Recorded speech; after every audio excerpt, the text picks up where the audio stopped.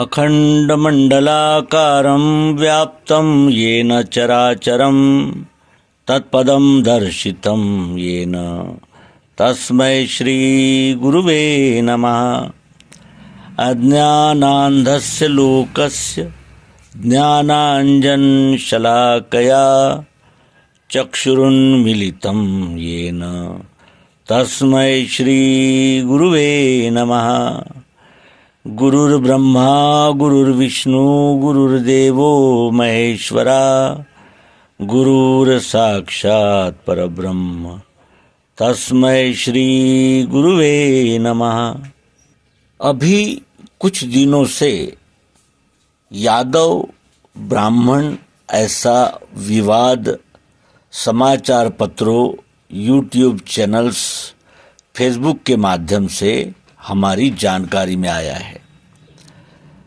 यादव जाति के कुछ लोग धार्मिक कार्य के कारण कहीं गए, वहाँ कुछ बवंडर हुआ और उस बवंडर होने के बाद वहाँ उनका अपमान किया गया।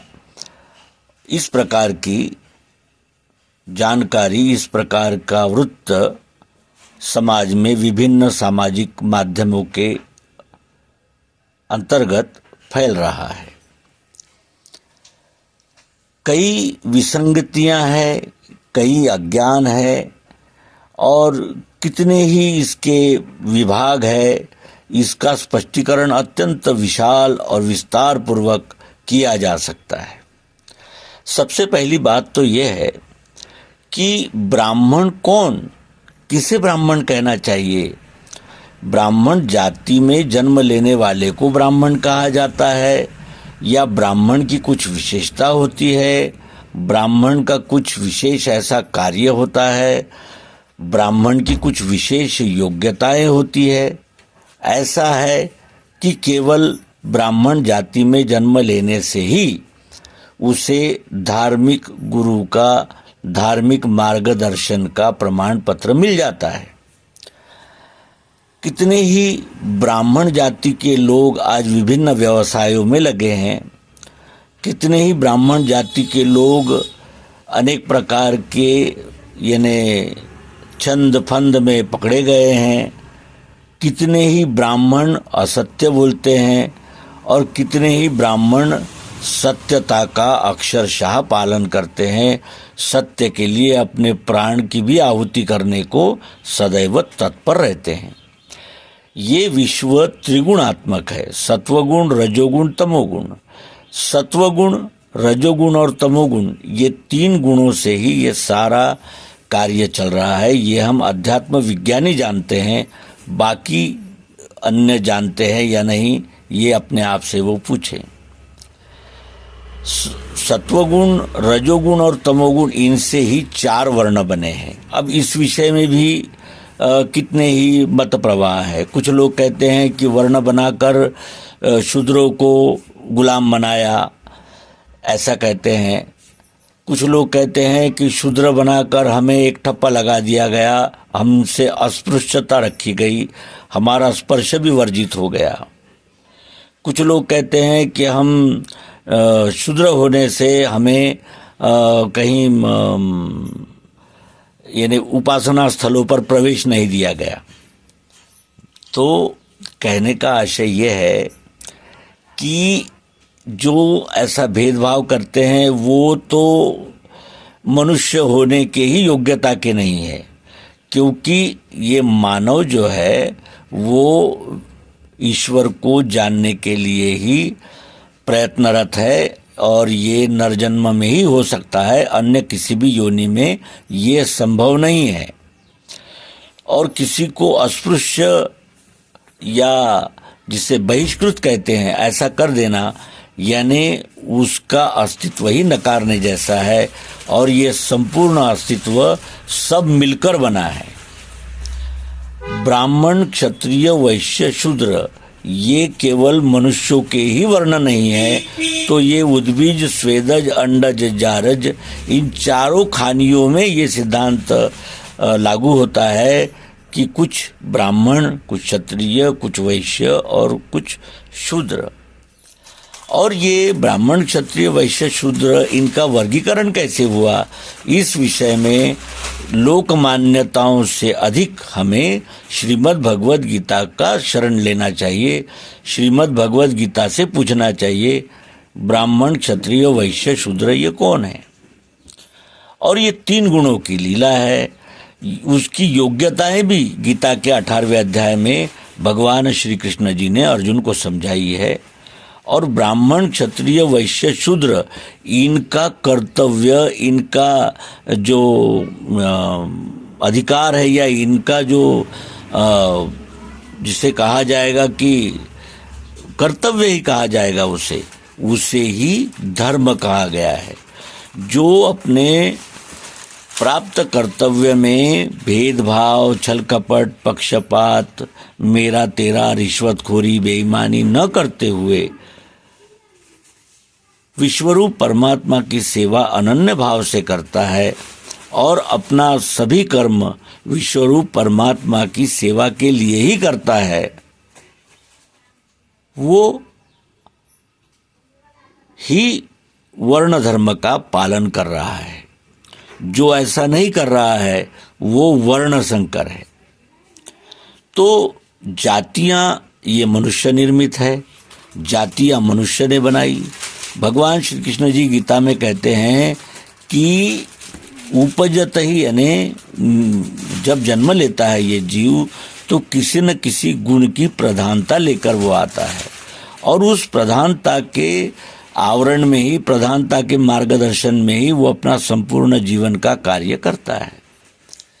ज्ञान विज्ञान देना लेना ये ब्राह्मण का काम है, न्याय रक्षा करना ये क्षत्रिय का कार्य है, व्यापार गोपालन ये व्यापारी का कार्य है।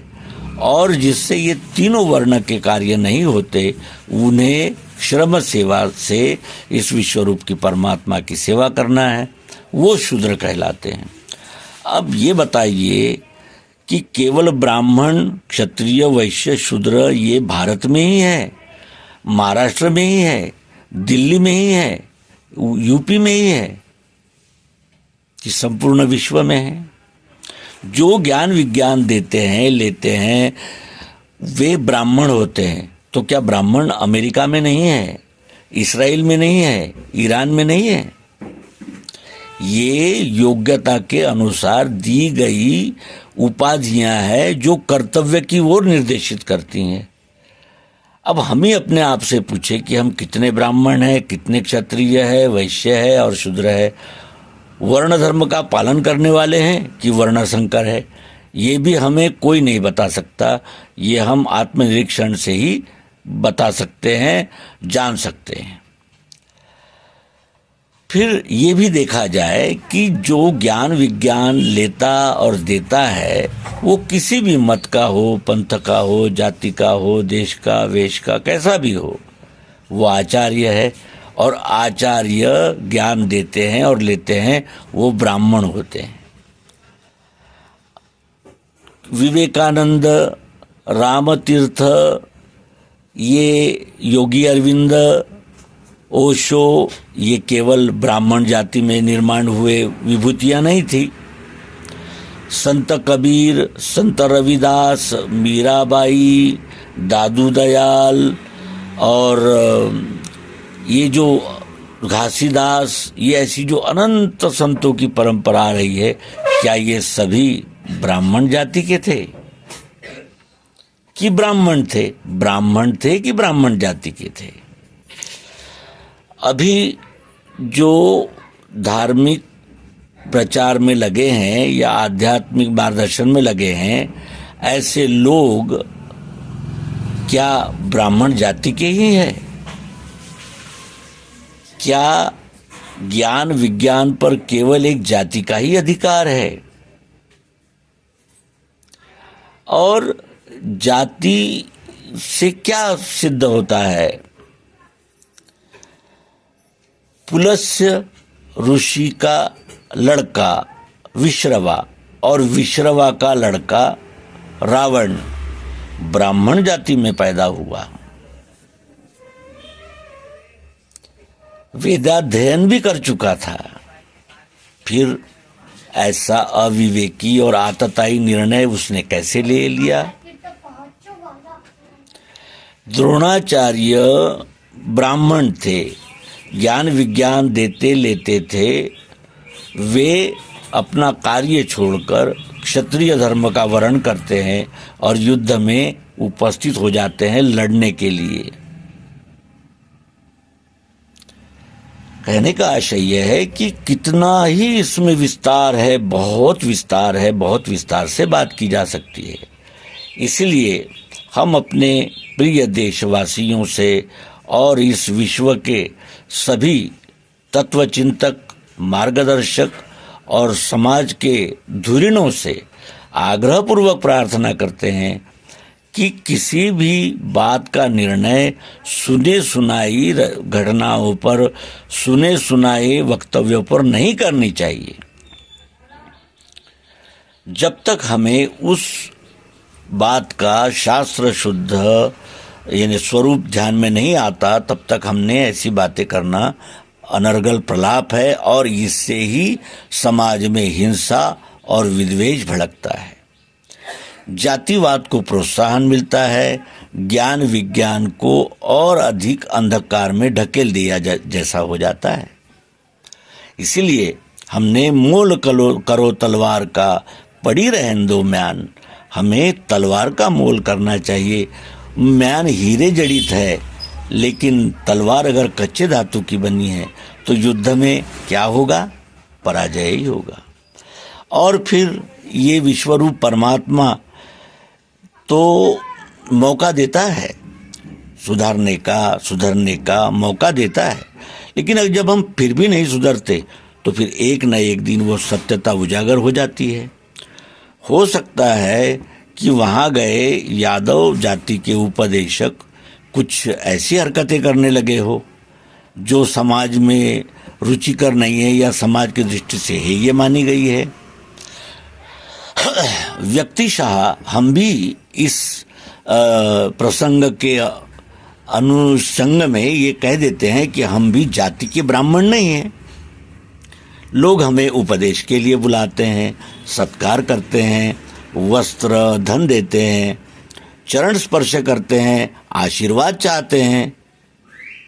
तो क्या वो हमसे आशीर्वाद चाहते हैं या हमने जो अध्ययन किया, जो मनन चिंतन निधिध्यासन किया, उसका चरण स्पर्श करते हैं? सम्मान किसका होता है, ज्ञान का या व्यक्ति का? तो इस प्रकार का विक्षोभित वातावरण अधिक नहीं फैलाना चाहिए और श्रीमद् भगवद गीता को जो शासन तंत्र है वो अभ्यास क्रम में शामिल करें। 12वीं क्लास के बाद यानी HSSC के बाद श्रीमद् भगवद गीता का कोई न कोई विषय, कोई न कोई श्लोक, कोई न कोई अध्याय अभ्यास क्रम में जोड़ना चाहिए। इसके लिए यदि कानून में बदलाव करने हैं तो वो करने चाहिए और सत्य जब तक हम तक नहीं आता तब तक इन विषयों में व्यर्थ प्रलाप करना बंद कर देना चाहिए। यही अपने मित्र जो हमारी प्रतिक्रिया चाहते थे उनके लिए इतना कहते हैं। और यदि कोई विशेष विषय पर चर्चा करनी हो तो आप सभी को मैसेंजर और फेसबुक पर आमंत्रित करते हैं। यहाँ इस अंक को विराम देते हैं। आपने दिए हुए सहयोग, प्रेम, सद्भावना और आशीर्वाद का हार्दिक स्वागत करते हैं। धन्यवाद। नर्मदे।